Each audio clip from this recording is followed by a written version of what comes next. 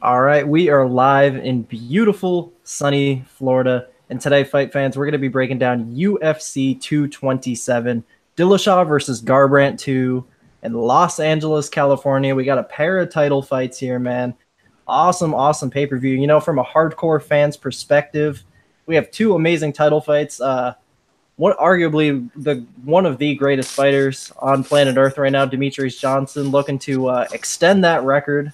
And then you got a amazing rivalry between T.J. Dillashaw and Cody Garbrandt. Their rematch, that should be an amazing fight. And you know, from a hardcore fan's perspective, this card is awesome, man. Like casuals would never know about Thiago Santos and Kevin Holland. Like I'm sure all of us hardcore MMA fans are chomping at the bit to see what happens in some of these crazy fights. I love this card, man. It's a big card in my eyes, so I had to go big with some guests, man. So I got two guys I'm really happy to have on here, man. I got Big Marley 3. I'm sure all y'all know him, the DK goat, and I got prediction guru, my boy Jack here. I'm super happy to have these guys on. So I'm just gonna ask them how they're doing and their overall thoughts on this pay per view. So Kyle, what do you think of this card, man? And how we doing tonight? Yeah, I like the young, solid contenders that could be something in the future. Maybe not the biggest names but I'm liking it. A lot of money to be won on DraftKings, so I always love that. And I'm looking forward to breaking it down with you guys. Jack, what's going on, man? And what do you think of this card? Yeah, what's up, man? Yeah, first I want to say thanks for inviting me on the show for the first time. It's pretty cool coming on here and breaking the fights down for you guys. And I don't know, man, this TJ Dillashaw versus Cody Garbrandt fight, I've been looking forward to it for a while. And there's a lot of young prospects on here. You know, they're obviously trying to get Viana win, so get to see some cool fights, young up-and-comers, and should be a good show.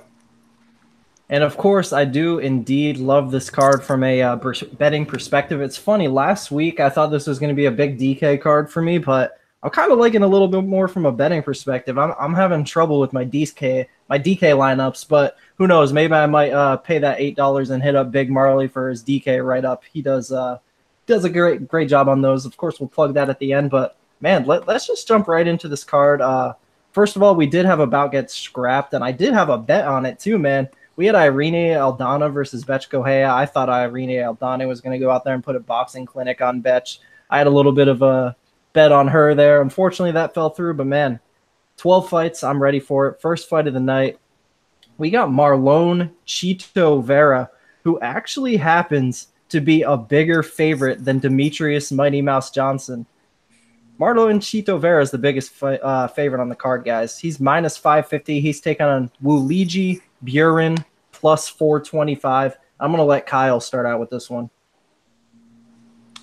Yeah, man, this is I'm not too interested in this fight at all, really, from a betting, from DraftKings, or even watching. This is one of my least favorite fights on the card.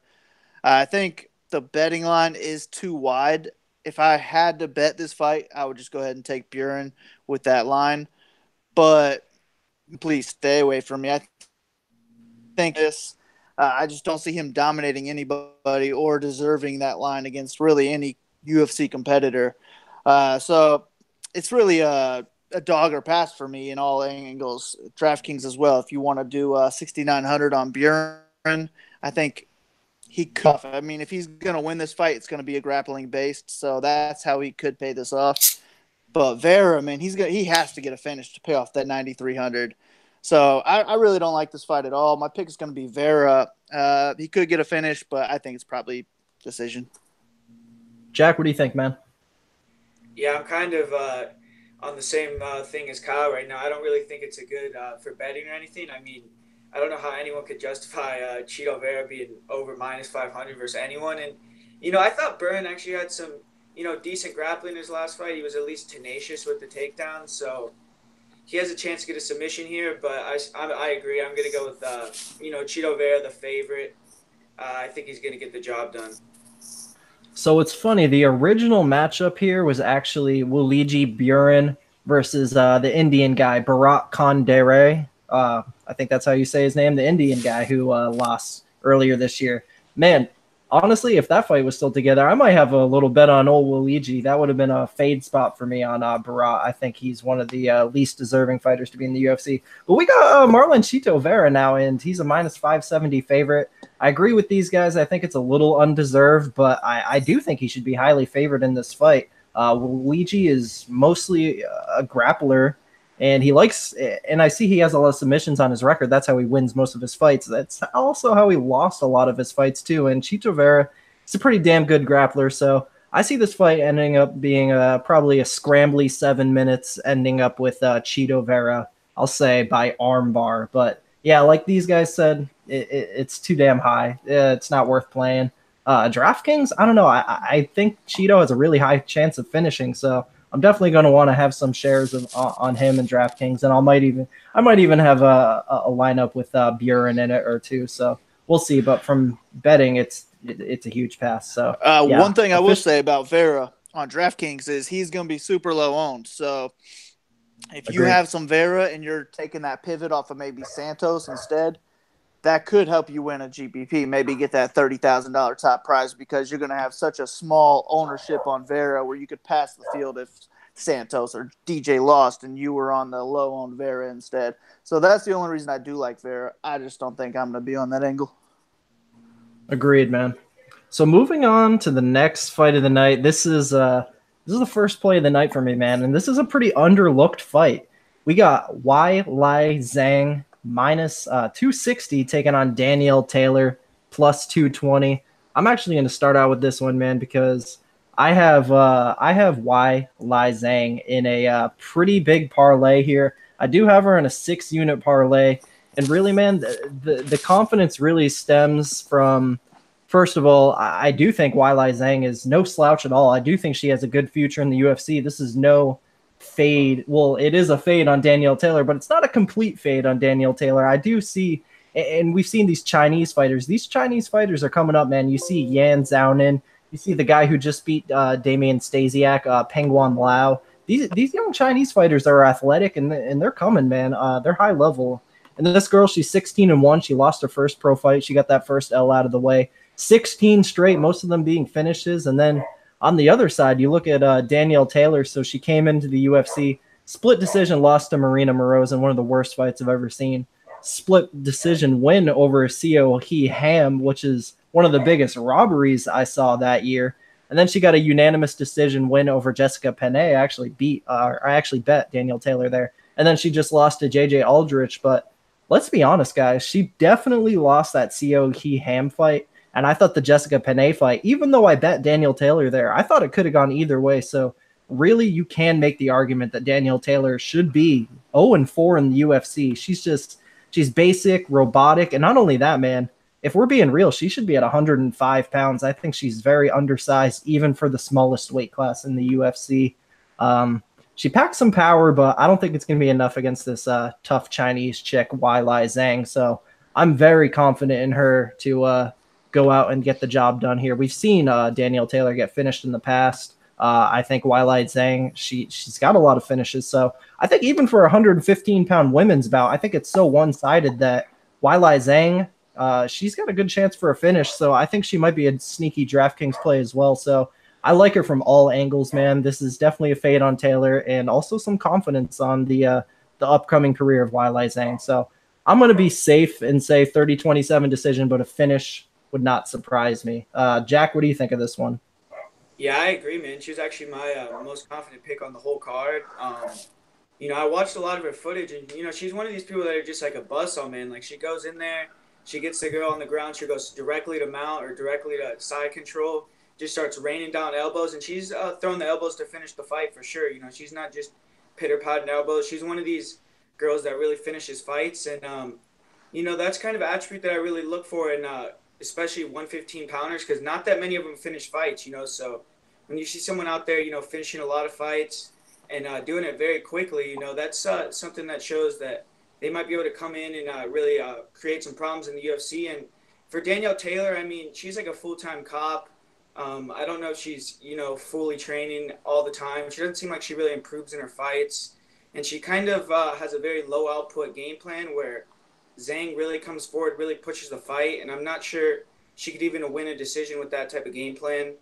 So, and I actually sent a picture to Kyle earlier of Zhang hitting a video of her hitting a baseball bat against a bag, and she's fucking jacked, man. She's huge. So, I mean, she's gonna have a big size advantage, I think. So, I'm pretty confident that Zhang gets the job done in this fight.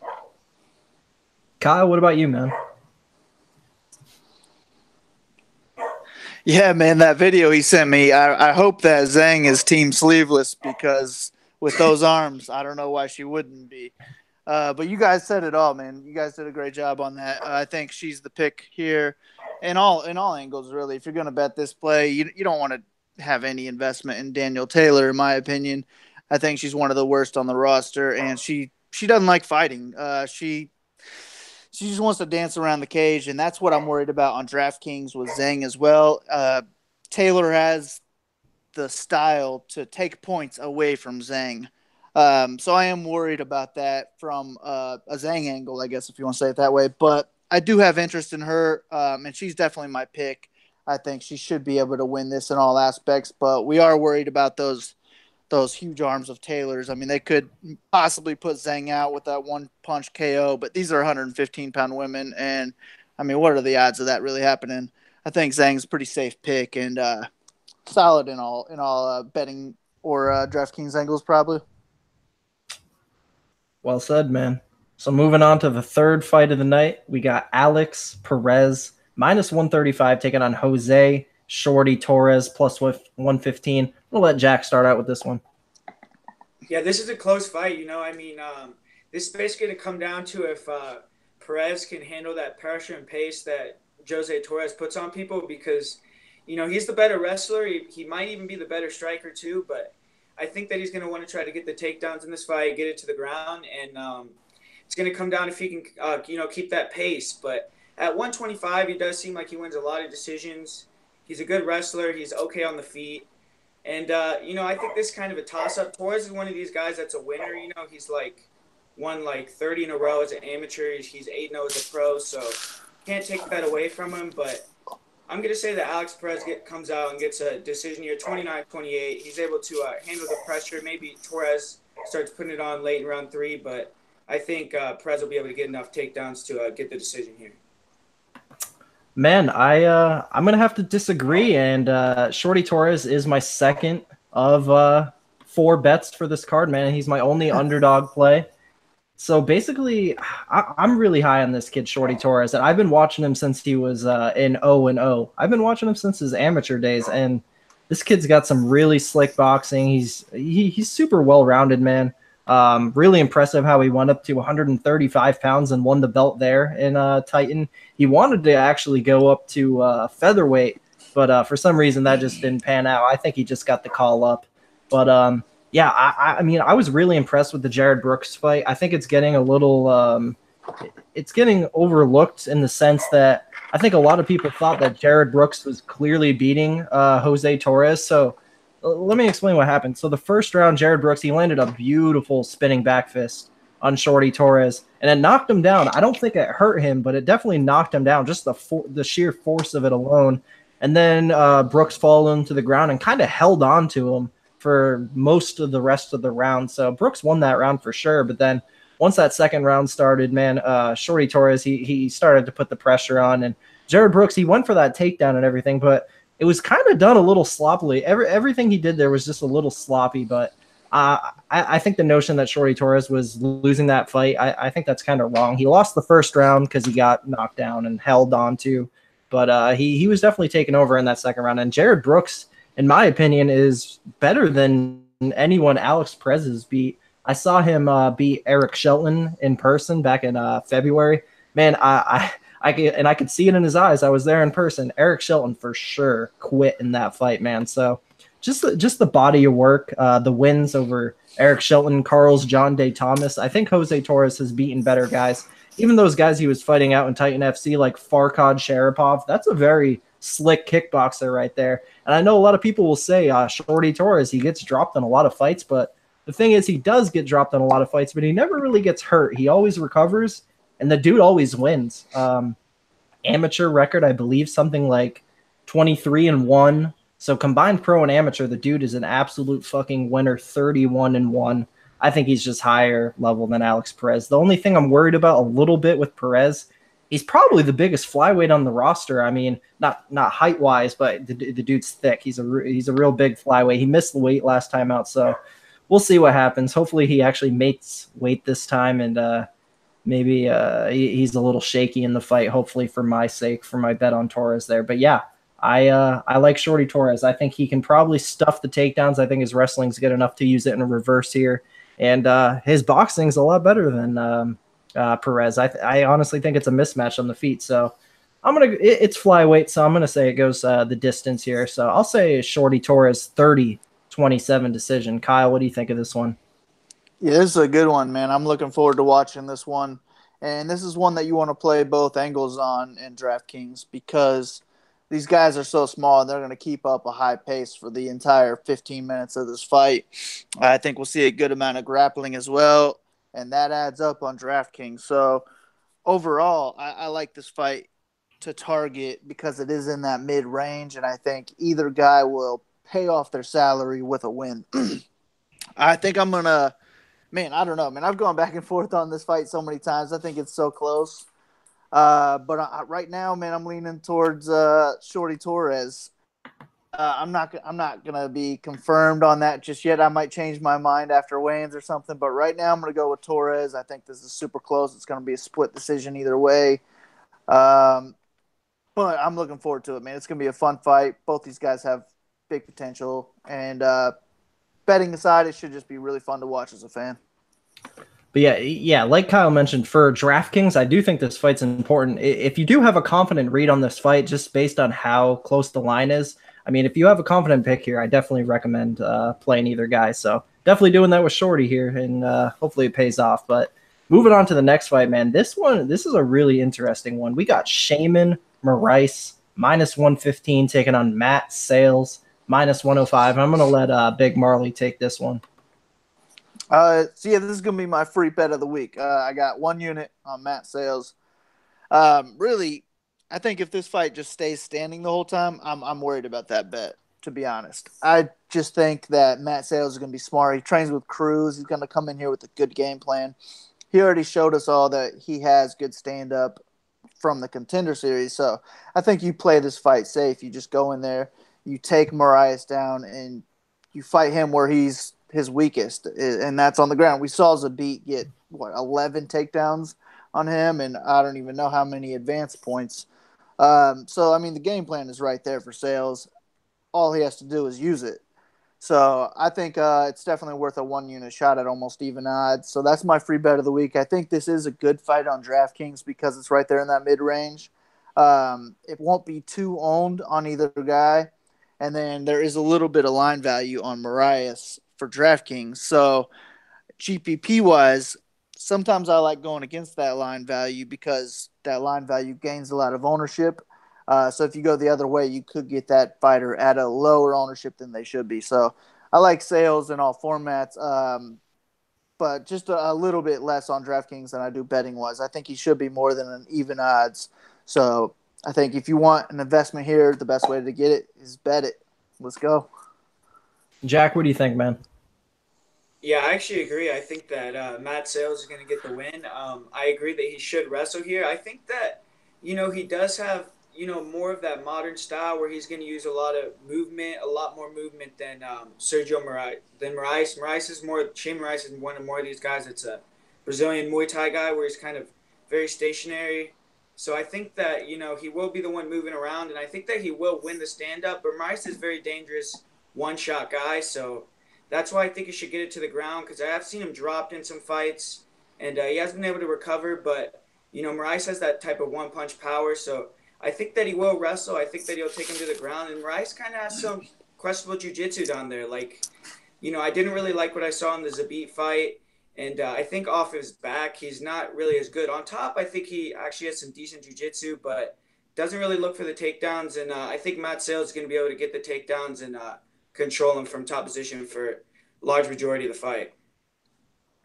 Yeah, I'm going to complete the trifecta, man. I'm going to go with Matt Sayles as well. And Yeah, I definitely agree that he could go out there and use a wrestling-based approach to win this fight. But honestly, I give him a good chance if it stays standing. I think he throws a lot more volume than Shaman. If it were to end in knockout, I'd probably say Shaman lands the knockout blow. But if it stays standing for 3 rounds, I actually give the advantage to Matt Sayles. I just think he throws a lot more. He moves a lot more. Um, yeah, I do like him in this fight, but something's telling me to stay away. But yeah, make it short and sweet. I think Matt Sayles can win this fight on the feet or the ground. I'm just kind of worried. I feel like the MMA gods kind of owe Shaman Morais a little bit for taking that Zabit fight, and he might land that big old knockout blow. But we'll see. I'm staying away, but I do have Matt Sayles in this fight, and I'll say he gets it done by a 29-28 unanimous decision.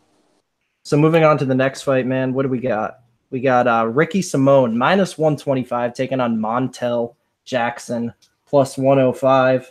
This is a good one, man. I'm actually going to start out with this one. I was really close to betting Ricky Simone in this spot, but again, something's telling me to stay away, and I think it might be for the same reason. I could see Montel Jackson hurting Ricky Simone and possibly finishing him via strikes here, man. We saw Ricky Simone get hurt a couple times in his last fight on the feet against Merab Dvalishvili. Merab is a madman, though. That guy, he puts on a ridiculous pace, and he has a lot of power in his hands. But Montel Jackson, seriously, this guy is he's sharp, he's fast, and really I could see him stunning Simone on the feet. But I think the biggest advantage here, I think Ricky Simone has a decent grappling advantage here. Not only that, I think he has a cardio advantage. I think he's a little tougher. He's seen more. Montel Jackson, he's still a little green, man. I mean, he's 6-0. He's still due for that first loss, and he's also, I believe, he's coming in here short notice. I could be completely wrong. Yeah, he's coming in here short notice. So I don't know. I got Ricky Simone, but not confident enough to lay a bet on it. If it hits plus money, I may consider, especially since one of my bets just got canceled yesterday with Kohea pulling out. But yeah, I'm going to go with Ricky Simone via I'll say a 30-27 decision. Kyle, what do you think of this one? This is a great fight, man. I'm looking forward to this one. I think both these kids have great potential, and I mean, they could really hang with the title contention kind of guys. I think this is going to be a back and forth fight. If it stays on the feet, I would favor Jackson. But I just love how Simone mixes in his takedowns, and he goes for so many takedowns. So that's kind of making me lean towards him as my pick. And then on DraftKings, that's what we love, man. We love people who are going to go for those takedowns, those chain takedowns, going for more and more. If he gets Jackson down and then Jackson gets right back up and he can get another takedown, that's just more points for you. And that's what is going to win you a GPP, really. So Simone's really my favorite pick here, but like I said, I do favor Jackson on the feet, and this kid I think is a special talent, so he could get a knockout here. I'm high on both guys in general. I'm going to be on both of them in the future on DraftKings and in bets, but this is a tough one now that they're matched up against each other, so I'm going to favor Simone. But, man, this is a great fight. Get exposure to both of them if you're making multiple lineups and enjoy watching it. Jack, what you think, man? Yeah, I actually did make a bet on Ricky Simone, so I'm picking Ricky Simone. And, really the main reason why is because that Merab fight that you're talking about, because in those first two rounds, man, Merab is like a Justin Gaethje-type fighter, man. That guy has extreme pace. He really doesn't care at all. He's throwing bombs, just walking forward, and never for 1 second Ricky Simone didn't back down for a second. And at the end of that fight, he was the one that had the better gas tank on short notice than Merab after those first 2 rounds. And those first 2 rounds were probably some of the most fastest-paced rounds I've seen all year long. So, I mean, he's definitely proved that he has incredible cardio. And for Montel Jackson, man, I've watched some of his regional-level fights, and he definitely has never seen anyone like Ricky Simone. Ricky Simone is not someone who's going to quit after they get hit with a jab, Like, that's what I've seen on his regional fights, where the best guy he fought was Rico DeSchulo on Dana White Contender Series, and that he couldn't even put that guy out. He couldn't knock him out. And that guy really did not pose any threat to Montel Jackson. And Ricky Simone has the wrestling, I think, to put him down. And I also think that Montel Jackson, while having really good striking, he leaves his chin out there. So I don't think he moves his head very well. So I think that Ricky Simone might even have the chance to stun him on the feet. So I say Ricky Simone wins 30-27 decision.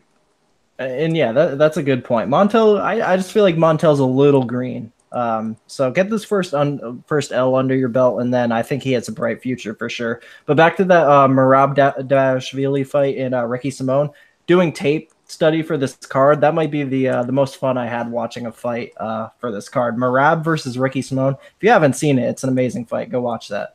What's your guys' opinion? You think he was out, or you think that was a bad stoppage? I think that's tough to call, man. I'm not really sure. He was probably out.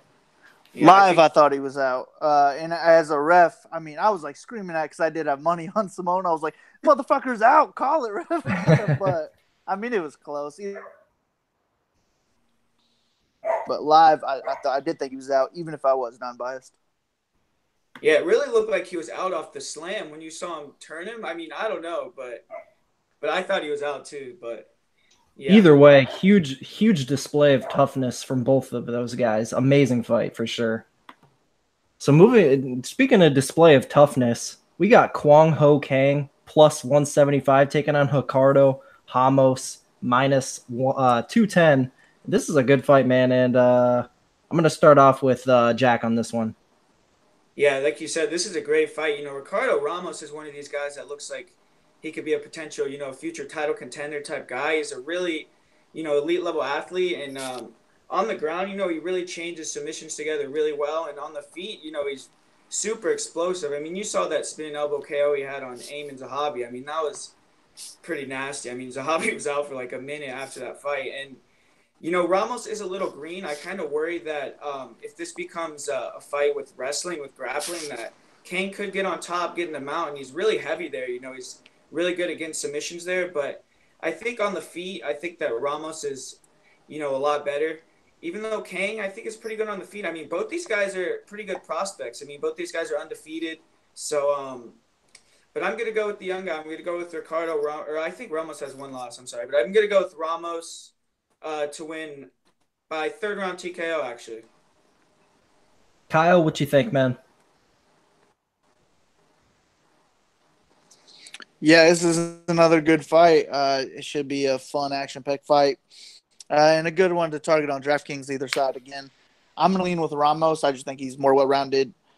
He could win on the ground or on the feet.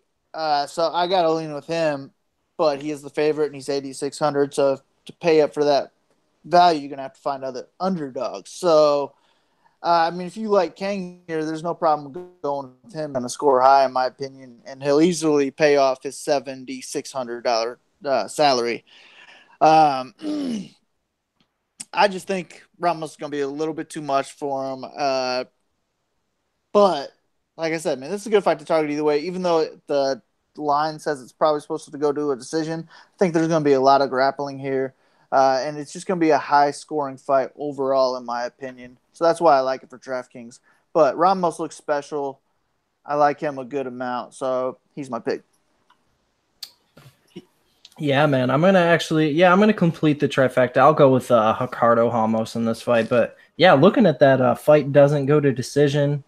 Minus 145. Honestly, I definitely don't think this fight goes to decision.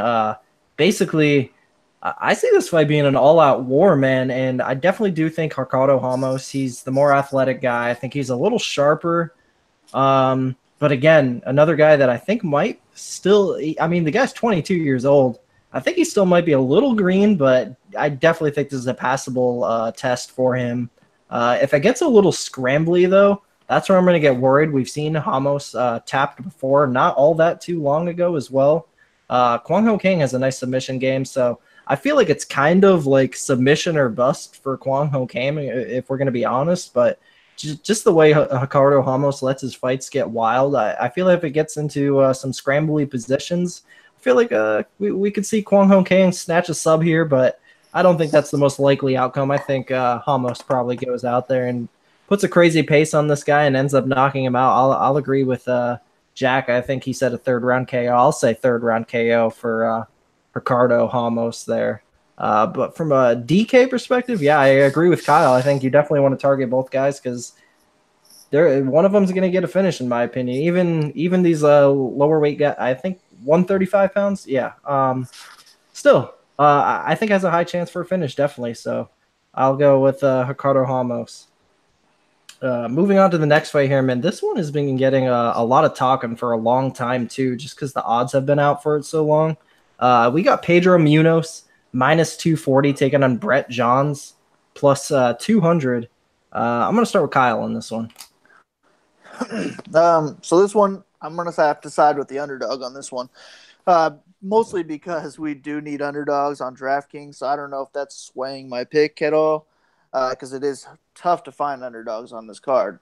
But Johns really has the perfect strategy to beat Munoz. I mean, if he could just stay on the feet and be competitive there, and then shoot for takedowns and not get caught in a guillotine, I think he can win a decision here.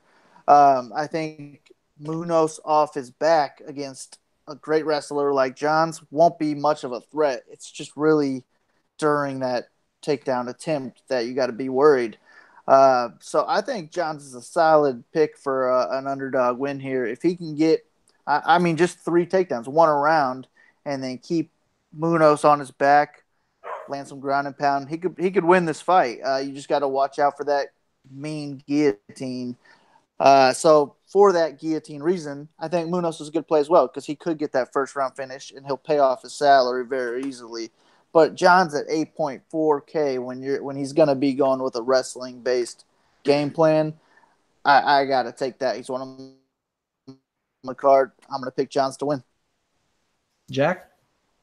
I'm actually going to disagree. I'm going to go with Pedro Munoz in this one. And really, I kind of agree. I think that if Johns is going to win, he's going to have to get the late takedowns and, seal the rounds that way. But I do think that the striking will be competitive. But the reason why I think that Pedro's going to win is because Pedro's one of these guys that, he is relentless pressure. He throws heat and he just continues to walk forward. So I think he's going to be the one that's going to be putting the pressure on Johns on the feet. I think he's going to be the one walking him down. And because of that, I think that it's going to make, Johns really have to think about when he's going to shoot the takedowns and when he's going to want to strike with this guy because of the guillotine. So I think Pedro's going to be kind of controlling the fight on the feet because of that. And I think he's going to make Johns, make a mistake. I think he's going to overwhelm him with the striking, with the forward pressure. And John's going to go for a takedown at some point and get caught in that guillotine. So I'm going to go with Pedro Munoz in this one. Yeah, man, I'm going to go with Pedro Munoz as well, and I'm actually pretty confident in it. So just so if you don't know, Pedro Munoz's 3 pro losses: Rafael Assunção, Jimmy Rivera, John Dodson. 2 of those being split decisions. He went to split decision with John Dodson and Jimmy Rivera, but I don't know, man. I think Pedro has put in a lot of work with his striking. I think it's improved a lot, and I don't think all that highly of Brett Johns' striking at all, man.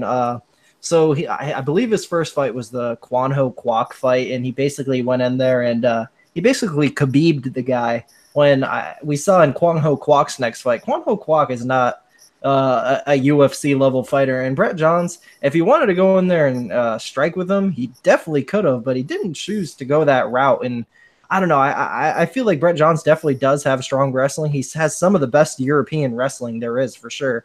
But there's some problems with that striking, and I actually think Pedro Munoz is better everywhere in this fight. So I think the striking will be close. I won't say definitely Pedro. That is Brett Johns' path to victory is probably a striking. I don't think you want to go and take this guy down, but I think it'll be a close striking match with a slight edge to Pedro. And then I think eventually at one point in the second half of the fight, Brett Johns goes for a takedown that ends up being another guillotine win for Pedro Munoz. So I'll go with late second round, early third round guillotine submission for Pedro Munoz there. But go ahead. One thing I'll say about Pedro is he definitely has a big power. You saw how he dropped Rob Font. So. Mm-hmm. A lot of people look at the sub, but they forget that Munoz actually hurt him there. Munoz is putting in work with the striking, man. A lot of people will say Munoz, no, he doesn't have a great striking. You see that Damian Stasiak fight. Damian Stasiak did so much better than people expected. Stasiak made it close. I disagree completely. I thought Pedro Munoz won every single second of that Damian Stasiak fight. It's just that Damian Stasiak was like a plus 700 favorite. and he did a little bit better than everyone was expecting. So they kind of blew it out of proportion, but don't get it twisted. Pedro Munoz was winning that fight all day long. So, yeah, man, I got Pedro there, but we'll see with the DraftKings lineups. I haven't completely done them yet, but I'll probably have some Pedro Munoz in there. So, man, are we on to the main card? Yeah, we're on to the main card, man, and we're on to what happens to be my most confident pick of the card. We got Renato Moycano, minus 370, taking on Cub Swanson, who's coming in here at plus 310. It is not often you see a number like plus 310 next to a legend like Cub Swanson. I would go as far as to call Cub Swanson a legend, man. And, he's never been the champion or anything like that. But Cub Swanson, he's been around forever. He's had huge wins in his career. I mean, if we're talking about a guy that's been in the top 10 of one division for, I mean, God, he's probably been in the top 10 of that featherweight division for a long, long time now. We're talking WEC days. We're talking a decade. But we are talking a decade, and people do age in the sport, especially at lower weight classes like 145. And I'm absolutely in the belief that Cub Swanson is near the tail end of a very, very heavy decline. Now, you do look at his losses, and you see losses to high-level guys like Frankie Edgar, Max Holloway, Brian Ortega, Frankie Edgar again. But, I mean, really, if you look at his past 4 wins, he did go on a little bit of a streak there. But we're talking decision wins over Hakron Diaz, decision over Kawajiri, decision over Duho Choi in a fight that probably took even more years off of Cub Swanson's career, and then a decision win over Artem Lobov. Are you going to tell me Cub Swanson in his prime wouldn't absolutely ice old man Kawajiri and the GOAT Artem Lobov? He smokes those guys in his prime. So, I mean, that definitely shows. I mean, Cub Swanson, I mean, all the respect in the world, but I don't want to tell a guy it's time to hang it up, but I don't think he has much left to give. He couldn't even go out there and beat a Frankie Edgar, who was absolutely murked 2 months beforehand. Everybody was saying Frankie Edgar is coming back too soon after that Brian Ortega knockout. Cub Swanson could land a big punch there, but man, Cub looked almost worse than ever in that Frankie Edgar fight, his last fight, the second one there. And then you look on the other side here, we got Renato Moycano. I've been super high on this guy for a long time. I did indeed bet him as an underdog against Jeremy Stevens. That was kind of his first breakout party. Of course, his last fight being the real big breakout party. But yeah, this guy came in. He subbed Tom Ninamaki, the Finnish guy. Then he got a decision win over Zabera Tuhugov, who is a really high-level Russian fighter. Tuhugov is no slouch at all. Then he got the split decision win over Jeremy Stevens. And if you go back and watch that fight, I completely agree with the split decision. I think Renato Moycano, I forgot what rounds it was, but I remember 2 of those rounds being absolutely clear for him. And that's a Jeremy Stevens who's on a run right now, besides the, of course, we don't talk about last week when Aldo murked him. But up to that point, Jeremy Stevens was on a run. And then he lost to Brian Ortega in the 3rd round. But, I mean, one can argue Renato Moycano was ahead on the scorecards in that Brian Ortega fight. And we're talking Brian Ortega, Renato Moycano. I truly believe these guys are like number 2 and number 3. And then he went out, obviously, against Calvin Kattar in his last fight. And I believe that fight was pick'em odds. And I'm still kicking myself in the ass for not betting my boy Renato Moycano in that Kattar fight. But we all thought so highly of Kattar, and Renato Moycano went out there and just he made 18-2 Calvin Kattar look like an undeveloped boxer. I mean, Renato Moycano, his striking skills are some of the best in the division. I think he's got the perfect build size for the weight class. He's extremely well-rounded. People forget about that very high-level jiu-jitsu game he has, and I think that could be the key here against Cub Swanson. We know how Cub Swanson loves to dive into those submissions. So I think it's most likely going to be a 30-27 striking outstrike. I'll point the guy for 3 rounds, 30-27. Or Cub does what Cub does, and he dives into a submission. So I'll say submission or decision, but I'm going to go with submission for Renato Moycano here. I think he's going to be another sneaky play on DraftKings because you look at the odds for this fight to go to a decision, it's pretty high, but I like his chance to get a submission here, man. So I'm going to have a lot of Renato Moycano on DraftKings. And he's my biggest play of the night. I have 8.5 units on Renato Moycano, 2.5 of those being on the opening line, and then the other 6 of those units parlayed with my second most confident play on the card, Wylai Zhang from earlier in the night. So, yeah, most confident pick of the card, Renato Moycano. I'm going to say he gets it done by second round submission, man. Jack, what do you think of this one?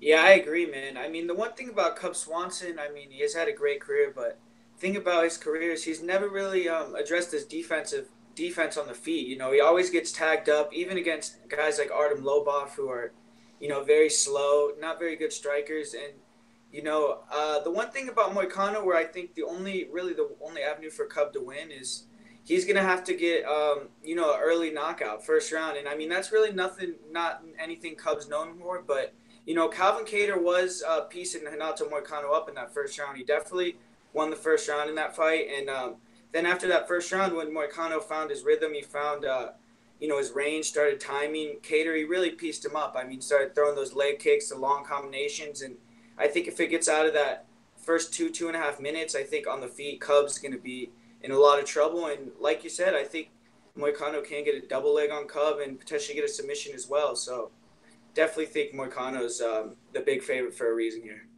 Can either of you guys tell me when Cub Swanson's last finish was and who it was against?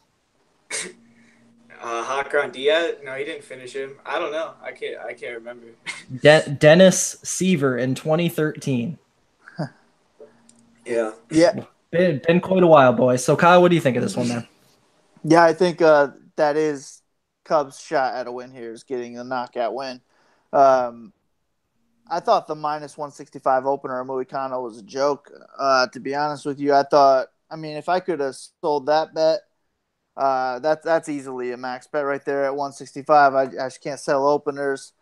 But, damn, man, that's such a fucking crazy line. How did they screw that up everywhere, man? He wins this fight if it stays standing. If it goes to the ground, I think he dominates. He's probably my favorite play on the card from a winning point of view. It's just the problem is he doesn't really look to finish fights too often. So him at his price on DraftKings at 9.1K, if he doesn't get a finish, he might not pay that off, and that's the problem. But I am confident in him getting the win. So it is tough from a DraftKings angle. I am jealous of the lines you got. I think your bets are pretty solid there. But he's definitely my pick, and I think I am going to agree. I think he's good in the UFC against Cub, and it's just, man, I think I've never picked against him. I think I should have been 5-0 on him until that Ortega finish. But, man, this kid has been high on my list for a long time. I think he could be a future title holder, and I think he's going to get a win here. Yeah, very unfortunate that I could only get $100 on that minus 165. I tried to work my sneaky devil magic, but hey, it is what it is. I'm still happy with the parlay I got as well. So 8.5 units on Renato Moicano. Join the party, guys. The line's getting better. So moving on to the next fight of the night, man. We got a women's bout on the main card here. Kind of surprising that this fight is on the main card. I feel like there'd probably be so many better options to be on this main card, like the Shorty Torres fight or the Munoz fight, even the Montel Jackson fight. But hey, is what it is. We got Polyana Viana minus 210 taking on JJ Aldrich plus 175. And I'm gonna let Jack start with this one. Yeah, you know, I think the UFC is kind of trying to set up Polyana Viana here to get a win. But I mean, in my opinion, I think she has really good jiu-jitsu, very strong. I mean, if it goes to the ground against anyone, I think she has that chance to submit him. Even pulling guard, you could tell she's just very dangerous anytime she gets a hold of you. But her striking is just not very good. I mean, it's powerful, but I definitely think JJ Aldridge on the feet is going to piece up Polyana. And when you're looking at the way she gets takedowns, I mean, she goes for a lot of head and arm throws. Those type of women's takedowns from the Stone Age type of MMA. And I kind of think JJ Aldridge is going to come in here and spoil the party. You know, she trained with Rose. I thought she looked pretty good against Danielle Taylor. She's one of those fighters that's, very composed. She stays very balanced, and I think that's one of the things Polyana takes advantage of a lot. When she fought against who was, I don't remember, Joe Daddy's wife. I don't remember her name, but when she fought her, I mean, that girl was going for takedowns on Polyana, so she made it extremely easy for her. And a lot of the girls that she fights, get off balance. She could jump on the back, or she can grab a hold of them. And I think JJ Aldrich is going to come in there with the game plan, and I think she's going to be able to win a decision here on the feet. I think she's going to get the upset here. Kyle, what you think, man? Yeah, I think if it does stay on the feet, you got to favor JJ. But if it goes to the ground, I don't know how you don't favor Viana because she looks super slick on the ground. And I would like to actually see a grappling match just because I think she's so slick on the ground. I think she could hang with really anybody in the division. But does she have the way to get it there? I'm not so sure about that. Her striking is super sloppy. She throws just heavy leg kicks and big swinging punches. So I think she has like more power behind her striking. But if it does stay standing, JJ should pick her apart for 15 minutes, I'm guessing. So I think it's decent to pick both sides just because I think JJ, if it does stay standing, if you think she's going to win, she should be able to pay off her $7,300 price tag on DraftKings.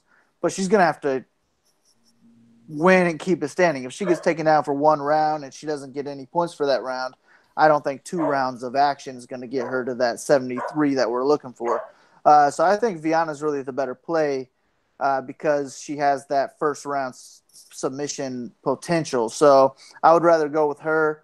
If this fight hits the ground, she could pull off a submission in any round. So I would rather just go ahead and lean with her. And I think Jack's right, man. This fight's on the pay-per-view it's not to promote JJ Aldrich. You know what I'm saying? Like look at the face-offs from earlier and just think about it that way. Like, which way is the UFC trying to promote? Yeah, man. So honestly, my thoughts on JJ Aldrich, she in my opinion, she's pretty low level, and if this fight hits the mat, it's probably over. But that being said, I still give JJ Aldrich a decent shot, and I think there might be a little value on her because if she happens to keep this fight standing for 3 rounds, I actually give her a damn good shot. I think she's a far better striker than Polyana Viana. Viana has she's fairly green on the feet there, and I think JJ, like Jack said, she's putting in work with Rose. I think she's a lot better on the feet. I'm sure she's been stuffing takedowns nonstop the past few months. I think she could definitely do it, but if it hits the mat, it's probably over. So yeah, I think it probably would be wise to play both sides because if Viana wins, it's probably a submission. She's probably going to get 100 points. And JJ Aldrich, if she wins, she really only has, I think Kyle said 7,300. She only has 7,300 to pay off. So I think it's a decent fight for a women's fight. I almost never say play both sides, but this might be a play both sides women's fight. So yeah, man. Official pick though, I'm gonna go with Polyana Viana first round submission. So moving on to the next fight, man. This is I believe this is the newest fight on the card, and I was actually shocked when they announced this fight. Even more shocked when I saw when it was going on. I mean, they only announced this fight on Contender Series, I want to say 10 days ago or 8 days ago, something like that. But we got Thiago Santos minus 345 taking on Kevin Holland plus 285. And I'm going to start out with Kyle on this one. You cut out. Was that for me? Yes, sir. All right. So this is a fun fight, man. This is going to be a good one for DraftKings. I think top 3 to target overall. It has the highest fight doesn't go to the distance odds on the card. So both guys are playable.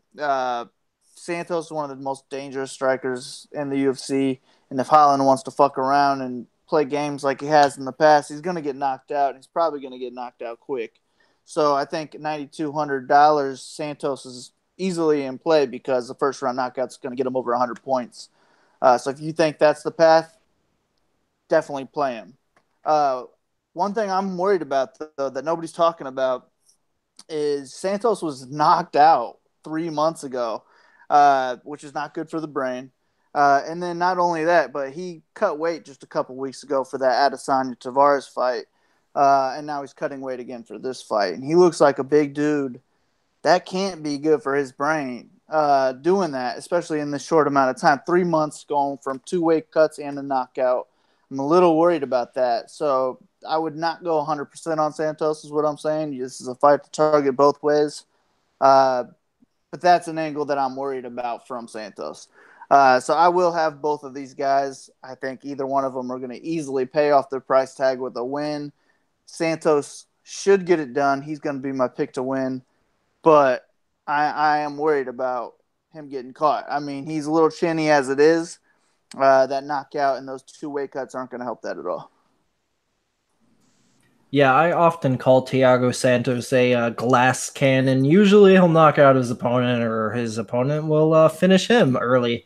And, if you look at the guy's record, I believe he's only had, I want to say, 2 fights his whole time being in the UFC that went over 1.5 rounds. I believe that was the Uriah Hall fight, which is a very weird fight. And then the Elias Theodorou fight. And we know Elias Theodorou fights tend to always go to decision. So, yeah, I actually think I wonder what the line is now. Under 1.5 rounds is only minus 145 in this fight. I think there's a lot of value on that. And if I was going to make another play, it probably would be that. But, yeah, man. So from DraftKings, it's kind of weird because my 2 most confident plays, Moycano and Weili Zhang, they're probably going to win decisions. So actually from DraftKings, Thiago Santos might be my favorite play on there. I feel like there's a huge chance he goes out there and gets a first-round knockout here. First of all, a lot of people haven't even realized Kevin Holland is not a middleweight. Kevin Holland is indeed a welterweight. So not only will there be a big size advantage, there's just a UFC level experience advantage here. There's a lot of things going for Thiago Santos in this fight. I just feel like and I think Kyle mentioned it, Kevin Holland fucks around in his fights. You do not want to fuck around in a fight with Thiago Santos because he will kick your body into oblivion, and that's what I think is going to happen, man. Thiago Santos is just going to touch up that body with the kicks and probably put him down in 2-3 minutes, honestly. So I really like Thiago Santos here, but for the reasons Kyle mentioned, the whole he got knocked out 3 months ago and he cut weight. Those things scare me away enough to not parlay him here. So not going to bet Thiago Santos, but I'll make up for it by playing a lot of him in DraftKings. So I like him a lot here, man. Jack, what do you think? Yeah, I mean, I didn't even think about what he said about the weight cut. That's kind of another interesting thing. I didn't even think about him cutting weight 2 weeks ago. But, like I agree with what you guys said about Holland, like fucking around. Like I've even seen him, tickling someone's foot in a fight, which is just ridiculous stuff. Talks to the crowd. So if he does any of that, I don't really think that he's going to be, conscious very long, or at least maybe he'll have his body hurt real bad. But, the thing about Kevin Holland is, this is a guy that's still legit. He has a great chin. He's going to have a big reach advantage in this fight. And it's kind of a weird matchup. He's a funky striker, and people forget that, he's a brown belt under Travis Lutter, so he does have some pretty good ground game. And, I've seen him catch some slick submissions off his back and on top. And everyone knows Thiago Santos kind of struggles with jiu-jitsu guys. You've seen him lose to super low-level guys on the ground like Eric Spicely. So, and the other thing about Thiago and Kevin Holland is they're both real sloppy with their boxing. So I think in the pocket, either one of them could get, tagged and knocked out. So I think this is a much closer fight than the line indicates. I do think that, the most likely thing is Thiago is going to get the knockout in the first round. But I think this fight should be, much close, maybe like minus 200 for Santos, or a little bit even closer than that. So I think there's a lot of value on that Kevin Holland line if you want to make a bet on it. Yeah, I didn't even mention it all, but I do think highly of Kevin Holland, and I definitely think he has a bright future in the UFC's welterweight division. Not so sure about him at middleweight here. We'll see how that goes. But man, we're on to the title fights, guys. So moving on to the co-main event of the evening. For the flyweight championship of the world, we got arguably either the 1 or the 2 best fighter in the world. We got Demetrius Mighty Mouse Johnson. Minus 485 favorite here. Usually he's a bigger favorite than that, guys. Usually he's in that minus 800 range. And he's taking on Henry Cejudo for the second time here. He's coming in plus 385. It's real interesting, man. I want to say that's around what the line was last time. But it's funny, just the way the fight played out. First round knockout, Demetrius Johnson, and the line's the same. Jack, I'm going to start with you on this one, man. What do you make of this fight? Yeah, I don't know. I mean, I see a lot of people actually are on Henry Cejudo this time. A lot of people are thinking he's going to pull the upset. And, I do kind of see a little bit of that. DJ does get taken down. He got taken down by Tim Elliott. But I don't know, man. I mean, just the way DJ handled him last time in the clinch, it was a first-round finish. And there's just no indication that DJ's slowing down. I mean, in this last fight, you saw what he did to Ray Borg in that fight. And I do think on the feet that Henry Cejudo has power, but I still think there's going to be a big speed discrepancy. And, you watch that fight with him versus Joseph Benavidez. Everyone talks about, he has very improved striking, but he's still gonna have that massive speed disadvantage. You even saw against Benavidez that he had a speed disadvantage against Benavidez, and Benavidez had a major speed disadvantage against DJ. So really the only guys that have given him trouble are guys like John Dodson, who can match his speed, or guys like Tim Elliott, who are really kind of awkward, unorthodox, and kind of, I think just catch him in something that he's really not really looking for. And for Henry Cejudo, I have heard some things I don't really like where he's saying he's doing a scientific camp or something. I mean, I didn't really understand what he was talking about there. And I think if he really tries to be very rigid, have a real rudimented game plan, I think that DJ's going to pick that up, and I think that he's going to take him out. So I'm going to keep with DJ here. I mean, until he loses, it's hard to really bet against him. So, Kyle, what you think of this title fight, man? I'm looking forward to it. I think it's going to be a lot better than their last fight. And I think it's actually going to be DJ's probably toughest fight that he's had in a long time. I do think this one could even go to a decision. And I think Cejudo might even win the first round. So it could be some adversity for DJ to come back from. But he's just so good at you can't really pick against DJ. And I mean, there's no reason to. But two things I'm worried about are really these just embedded. He was talking about I guess it was his wife's brother or something, was saying, win this fight, go beat DJ, or go beat TJ and retire off and sail into the sunset. And he said, I like you where your head's at. I mean, so he's obviously got retirement in the brain. Him say something about fighting's only 20% of his life. So it's almost like he's got one foot out the door, which is so scary because you're paying so much for him on DraftKings. But, man, nobody has a ceiling like Demetrius Johnson in DraftKings. He is DraftKings gold. He's scored over 160 DraftKings points 3 times in his career, which is, I mean, it's really pretty much unheard of. Nobody scores 160 points. That's what you want from 2 fighters, and he can get that himself. So he's still going to be my pick. He's my favorite person on the card in a DraftKings perspective. But I'm just worried about his mindset, really, because I do think Cejudo is going to be a tough test. This is the best Cejudo we've seen.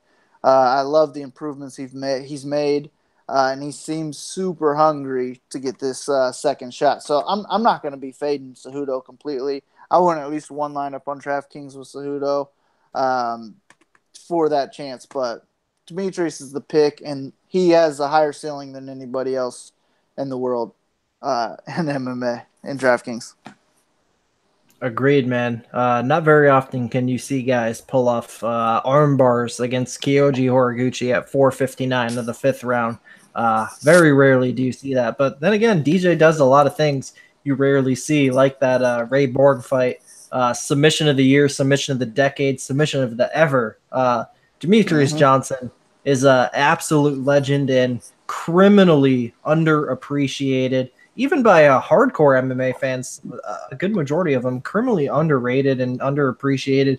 We're all gonna miss this guy when he's gone. And if this fight and then the TJ fight after this one, if he's only got 2 fights left, man, that almost brings a tear to my eye because I love watching this guy fight, man. I mean, have we ever seen a guy so well-rounded who just puts everything so well together? I mean, the only other argument would maybe be John Jones, but man, looking at this fight, I think it's definitely wrong to say that Henry Cejudo hasn't made improvements. I think that's a fact, absolute fact that Henry Cejudo has made improvements, but has he made enough improvements to go out there and beat one of the best fighters in the world?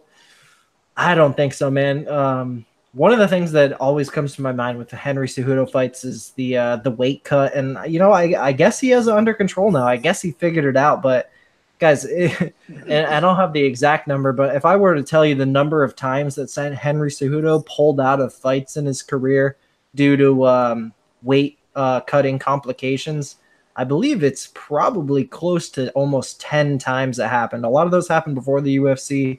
I believe his initial UFC debut was, I want to say, postponed like 3 times.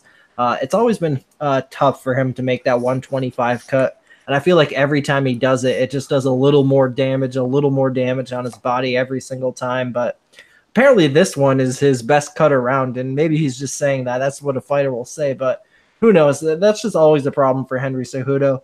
And it's funny because once upon a time, 2.5 years ago, at I forget what the odds were, but I happened to put 1 unit on Henry Cejudo in that fight. Probably one of my worst bets of all time, but hey, it's a 1 unit shot and a huge underdog. I thought he'd be the guy to dethrone DJ. He is not that guy.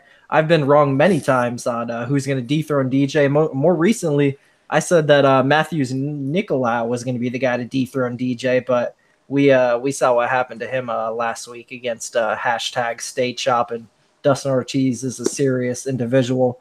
But back to this fight, man. Yeah, Demetrius Johnson all day long. Henry Cejudo actually took Demetrius Johnson down in that first round, so we know he can land those takedowns, but how long can he keep it up for realistically? I mean, is he going to go out there and really out-wrestle DJ for 5 rounds? Probably not. DJ probably ends up when I envision this fight, I actually think he gets a submission this time around, so I'll go with Demetrius Johnson. I'll say Kimura 3rd round just to be a little different. So DJ to extend that title record once again, man. So moving on to the bantamweight title fight, the main event of the evening, the rematch of one of the biggest rivalries in the UFC right now, man. We got TJ Dillashaw minus 120 taking on Cody Garbrandt plus 100, and I'm going to let Kyle start off with this main event. Man, it's going to be another fun one. I mean, to start off, let me ask you guys, if Cody wins this fight, you have to do the rubber match right away, right? Do you not? Or of course. What do you do? Yeah, I think. Yeah, it wouldn't be fair for TJ if you don't. But I mean, how shitty would that be for us fans that we have to watch this fight 3 times in a row? So I don't really like. Oh, I'd love it. I really wish they had Cody maybe fight somebody else and then have this fight. So that's really my only problem with it, because I think you're going to have that rubber match next, and then you see the same fight 3 times in a row. However, my pick is going to actually be TJ here. I picked him the first time. I got to stick with him. There's no reason not to at this point. I think he is the more well-rounded fighter, and he has more ways to win this fight. I expected him to go for maybe a couple takedowns in that first fight. I didn't really see him getting takedowns and knockout the way he did. But so I'm going to have to go with that same thoughts as I had on the first time. I think if he goes and mixes in his wrestling, I think he does have the better wrestling here, and he can win a decision that way.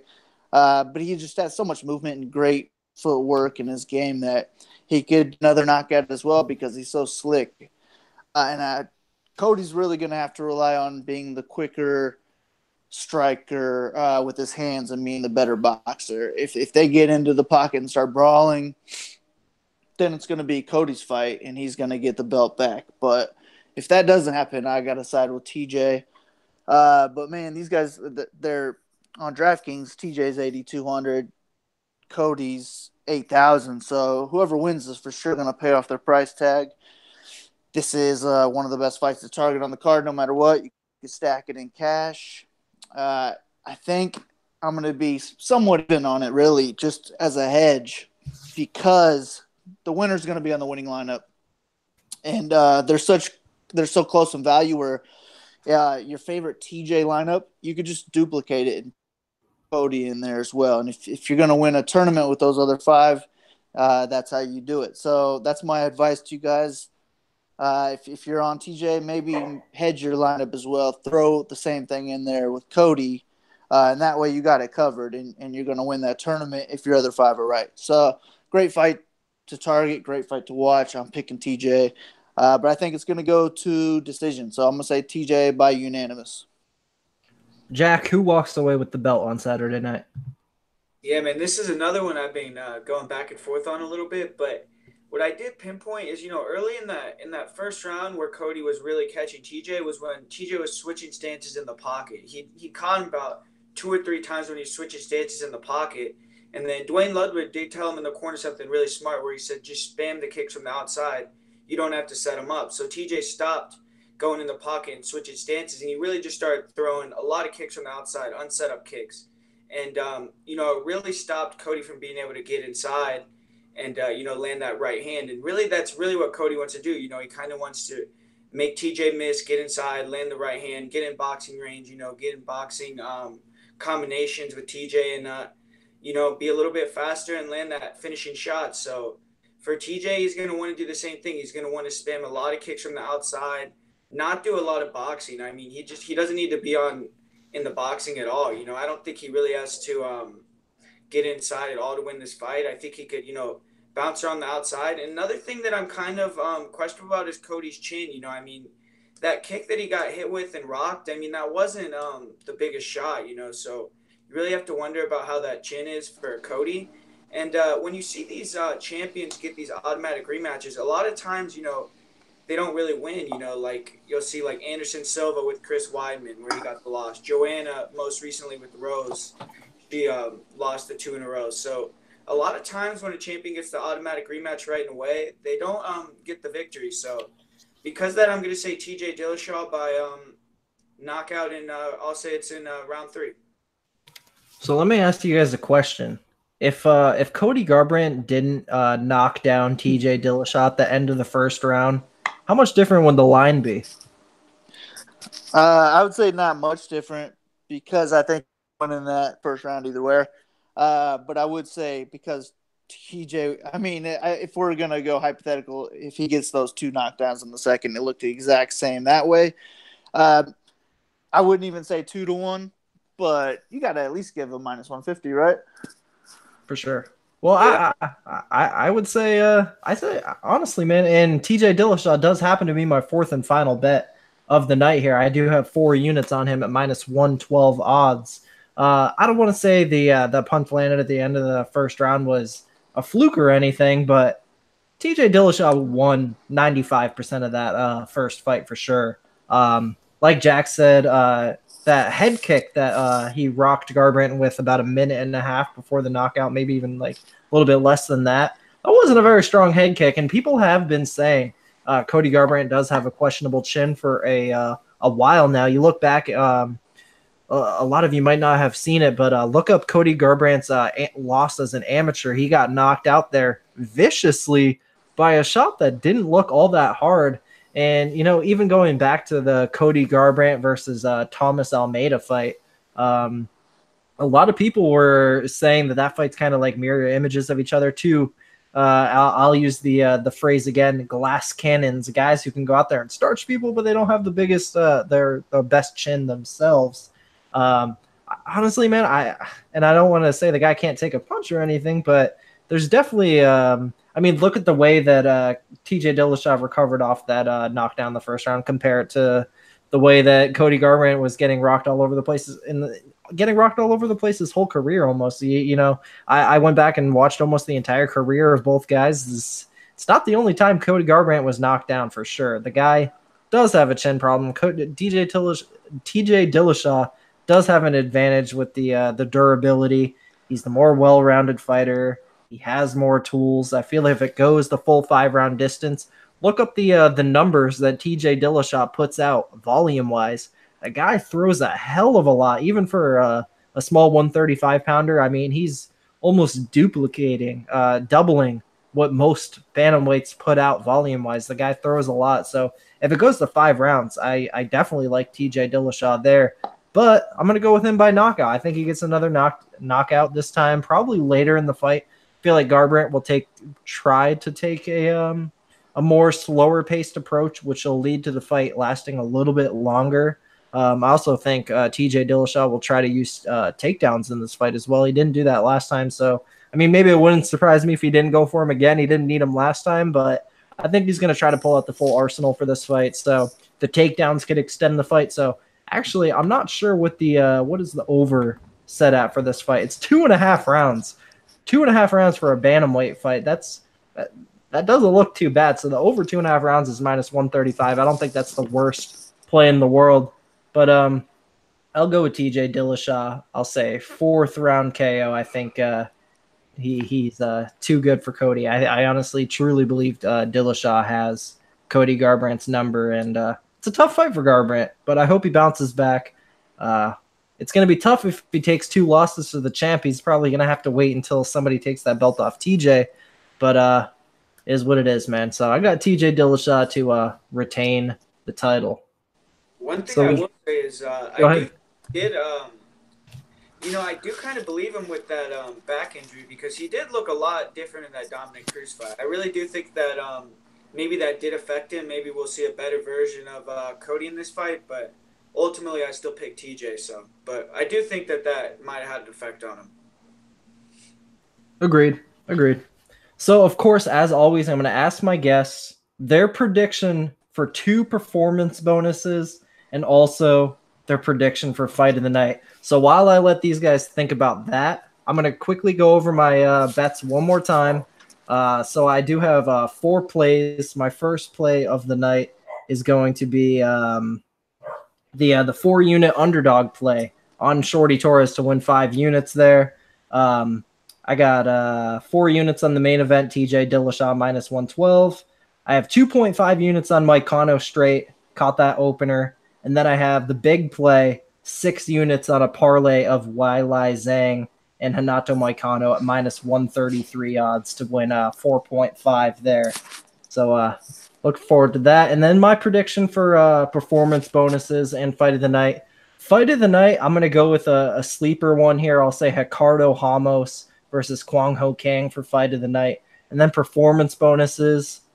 It's probably easy to say the 2 champs, but I'll go with 1 champ, TJ Dillashaw. And then for my other one, I'm gonna say Renato Moycano pulls off a submission here and gets a performance of the night. So Kyle, what are your predictions for the performance bonuses here? I got some backup. So Jack, if you want to go ahead and say yours, I'm cool with that. Yeah. I think I'm gonna go with TJ Dillashaw for one of the performances of the night. And I actually was going to say what you said, the Ricardo Ramos against Kang fight as the fight of the night. So I'll say that Weili Zhang gets a finish and she'll get the other performance of the night in this one. I sure hope so. What do you think, Kyle? All right, I'm gonna go ahead and say Montel Jackson versus Ricky Simone is going to be fight of the night.